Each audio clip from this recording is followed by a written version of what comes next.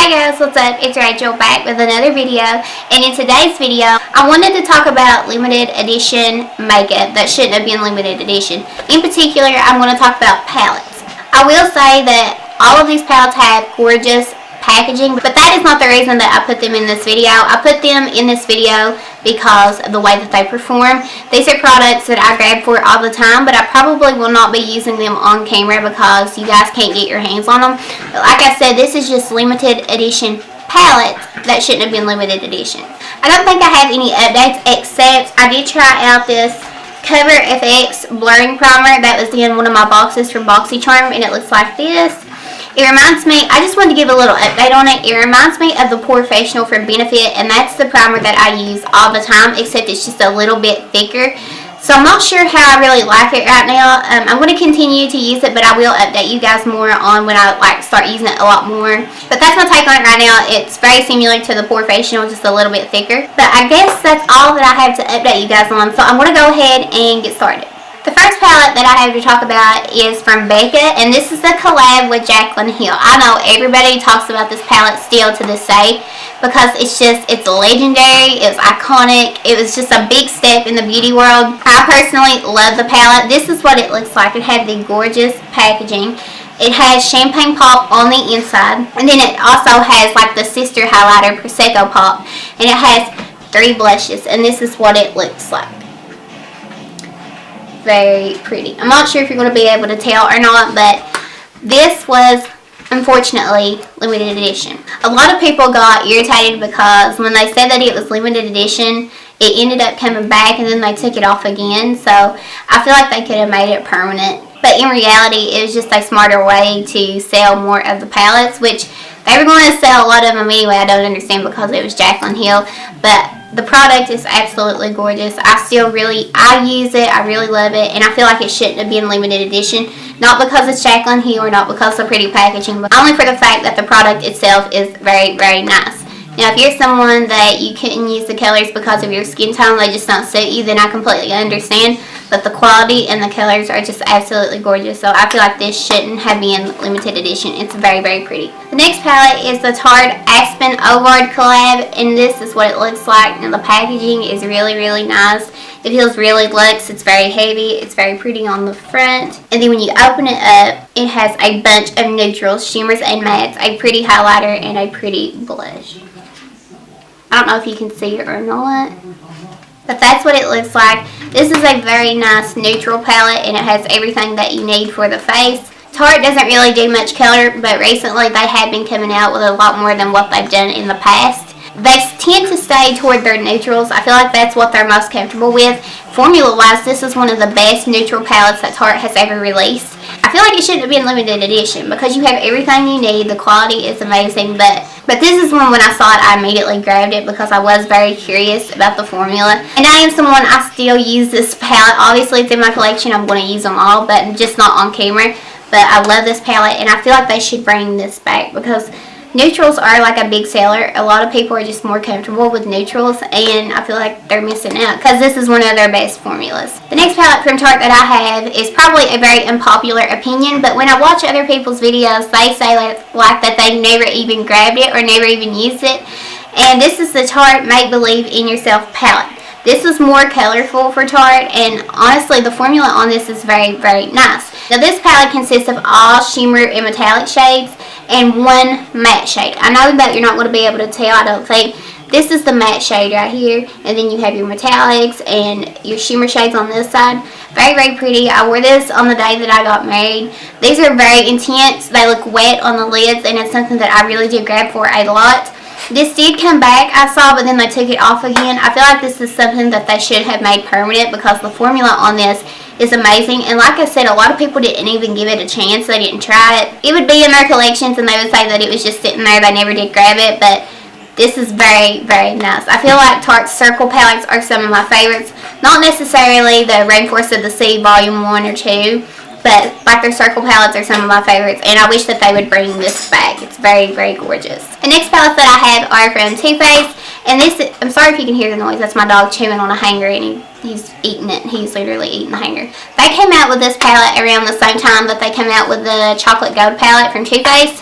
If I didn't say that already. Around that time I was working at Ulta, so this has been a pretty good while. I remember when I was there and I ended up picking this palette up, but this is the Clover palette, and this is what it looks like. It's in that long tin packaging, like their chocolate bar palettes and their peach palette.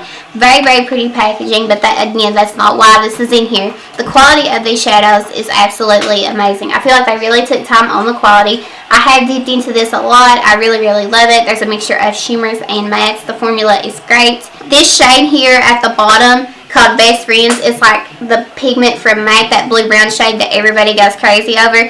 I love this palette. I use this palette a lot. I love the mattes. I love the shimmers. I feel like everything just blends so easily. They're pops of colors and they're really fun, and it's something that I really gravitate toward. So again, this is the Clover palette, and it should not have been limited edition. Honestly, when this palette came out, it didn't even stay out on the market long. They took it off. It was very limited edition because it came out and then it's like it left again. But if you can still somehow get your hands on it, I highly recommend it because, like I said, this is one of my go-to palettes. The next palette that I have from Too Faced is the Totally Cute palette, and it looks like this. This is the one where you put all the stickers on, and it looks like this on the front. I know that Too Faced, I'm pretty sure that they are doing away with all these tins, like the little square ones. I don't feel like they're making those anymore because when it comes to the natural matte, and then the other natural matte one, the one that had the shimmers in it, they remade those in different packaging. That makes me feel like they're straying away from this tin packaging, which the tin packaging is honestly my favorite when it comes to Too Faced. Even in their bigger palettes, but not just that, their smaller palettes as well. I feel like that's the ones that they really do the best on. I don't know why, but that's just what I think. But again, this one in particular really stands out to me because something about the formula and the colors. But again, this is what it looks like on the outside, and on the inside you have this. You have your very pretty matte shades and just pretty pops of color. These are all shimmer. Those pops of colors are shimmers. This pink is somewhat of a satin, but you have just a nice mixture of mattes and shimmers and a nice mix of colors that really go well together. This is one of my favorite tin palettes from Too Faced, and sadly enough, it was limited edition, but I love this palette, and this is something that I did grab for a lot. Again, this is the Totally Cute palette from Too Faced. The next Too Faced palette and the last Too Faced palette that I have is the Life's a Festival Peace, Love, and Unicorns palette, and this is what it looks like. The packaging, a lot of people thought was really obnoxious, but I think it's so Too Faced. It's just really cutesy, so I don't mind the packaging. But when you open it up, this is what it looks like. You have a good variety. It's more shimmers than mattes, but you have like all the mattes that you really need. This is what it looks like on the inside. You're not going to be able to tell because I always say on my videos my camera absolutely sucks, but it's holographic packaging, which makes it worse because it does reflect. But again, this is what it looks like. This palette has been off of the market for a good amount of time now, but what I was going to say was people have been spotting this at their Marshalls at a discounted price. And if you find it, I highly recommend you picking it up because the formula on this is absolutely amazing. And the metallics are very, very pretty. So I highly recommend this. Again, this is the Too Faced Life's a Festival Peace, Love, and Unicorns palette. The next palette that I have here is actually a recent. It's not been out that long, but I feel like they're already trying to take it off because it was discounted. This is the Dose of Colors Friendcation palette with Daisy and Katie. A lot of people rave about this palette. It's so good. The colors just look absolutely gorgeous. The mattes are very creamy and they're very easy to blend. This is what it looks like on the inside. I know you have probably seen this a ton because people talk about this palette all the time. It's very hard to see. That's what it looks like. Like I said, this palette was on sale, and it was on sale for a while, and I know a lot of people was picking it up when it was on sale, but I'm pretty sure that they're going to take this off soon, so if you want it, I definitely recommend picking it up.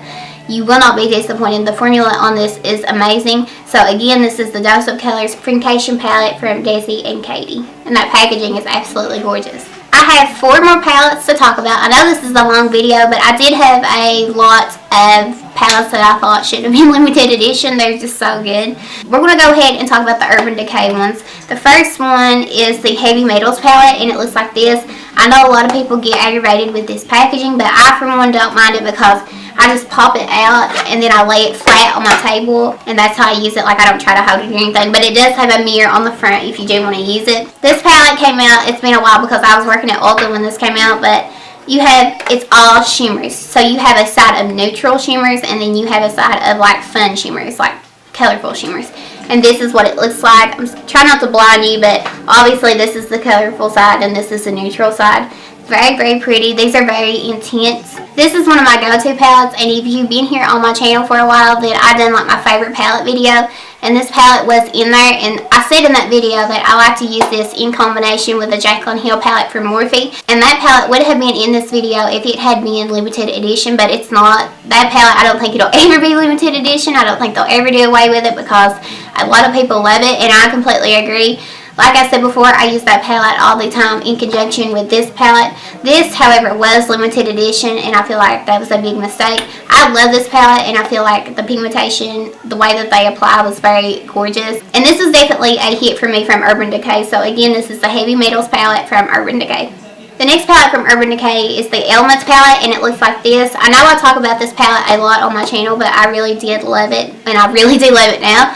But this was past Christmas, so the last Christmas, that's when this came out. This is the recent holidays from the last. I'm explaining that so weird. But again, this is what it looks like on the front. A lot of people ended up picking this up when it went on sale, and it went on a big sale. I feel like this palette ended up being like $26, and I remember I paid 60 bucks for it. But this is what it looks like on the inside. You have just a ton of shimmers, and you have some pretty mattes in there. I have used this palette a lot. I don't know if you can tell or not. Again, this was one of my favorite palettes from Urban Decay. I feel like this is the direction that they need to go into. Urban Decay lately has been like everywhere for me. They've been boring. I don't feel like they know what direction they're going in, and I know that I sure don't. I still love the brand. I feel like their products have been boring, and especially when it comes to their eyeshadow palettes. I feel like they don't know what they're doing, and nobody else knows what they're doing. But their brow products that they've come out with recently is something that I definitely want to try. But this palette shouldn't have been limited edition. It's absolutely gorgeous on the inside and the out. And like I said, if there is any way or like you can find these palettes somewhere, if you see it, grab it because you won't be disappointed. So again, this is the Elements palette from Urban Decay. The next Urban Decay palette is the Electric palette. And I know a ton of you know what this palette is. This came to a big shock for a lot of people when they decided to take this off the market. That was a big mistake because this is what everybody grabbed for when they needed a bright shade. This is what it looks like on the outside, and on the inside you have all of your bright colors. Very, very pretty. This is not technically a shadow palette. It's considered a pressed pigment palette, and what that means is they will definitely stain your eyes. I have used this. I have had no irritation with it. Just it does stain your eyes. I personally don't mind that because the pigmentation is awesome. That's the price you pay when you use something that's a pigment. It's obviously going to be more pigmented, but it will stain your eyes. But this was a big disappointment for me when they took this off the market because it is one of my favorites. It was a lot of people's favorites. In the drag community, I know it was a lot of people's favorites. It's just very disappointing. And I feel like they made a huge mistake when they took this palette off. But again, this is the Electric palette from Urban Decay. Another disappointment was when they took this off, they came out with a new bright palette. I forgot what it was called, but it was absolutely horrible. They did not swatch well at all, and they were like washes of color. And they tried to replace that for this when this was highly pigmented, and that was just like a little sheer wash of color, and it was honestly pathetic. Like I said, if you can find this, I would definitely get this because you will not be disappointed. And like I said, this is the Urban Decay Electric palette, which I'm pretty sure a lot of people already own this palette because it was so good. The last palette from Urban Decay, and the last palette in general that I have to talk about in this video, is the Beach palette from, obviously, Urban Decay. This is what it looks like, and it opens up like this. This is one of the best summer palettes. This has all warm tones. He's literally trying to bite me. This has all warm tones, and you have those pops of blues and those pretty orangey shades for the crease. Those orangey shades look so nice with the pops of blue. This is a very pretty summer palette. He's trying to bite me. This is absolutely gorgeous, and that top shade at the main top there called Salt is a very pretty inner corner highlight. It's very blinding. Just all these shades go so well together, and I love this palette. I use this palette a lot. Even though it's not summer anymore, I don't go by season. I kind of just go by whatever I want to wear. I love this palette. I have used it a ton, and every look that I have created, I have absolutely loved it. So I highly recommend this if you can find it somewhere, but this palette should not have been limited edition. Sorry about that. Again, this is the Beach palette. other than that, I think that's all I wanted to talk about. Those were all the palettes that I really love and I still use to this day. I feel like all these palettes shouldn't have been limited edition. I feel like they messed up on their part. But other than that, thank you guys so much for watching. I hope you enjoyed. And before you go, please don't forget to subscribe. It honestly means the world to me. And hit that bell down below so you will get notified every time I upload a video. But other than that, I want to thank you guys so much for watching. And I will see you in my next video. Bye, guys.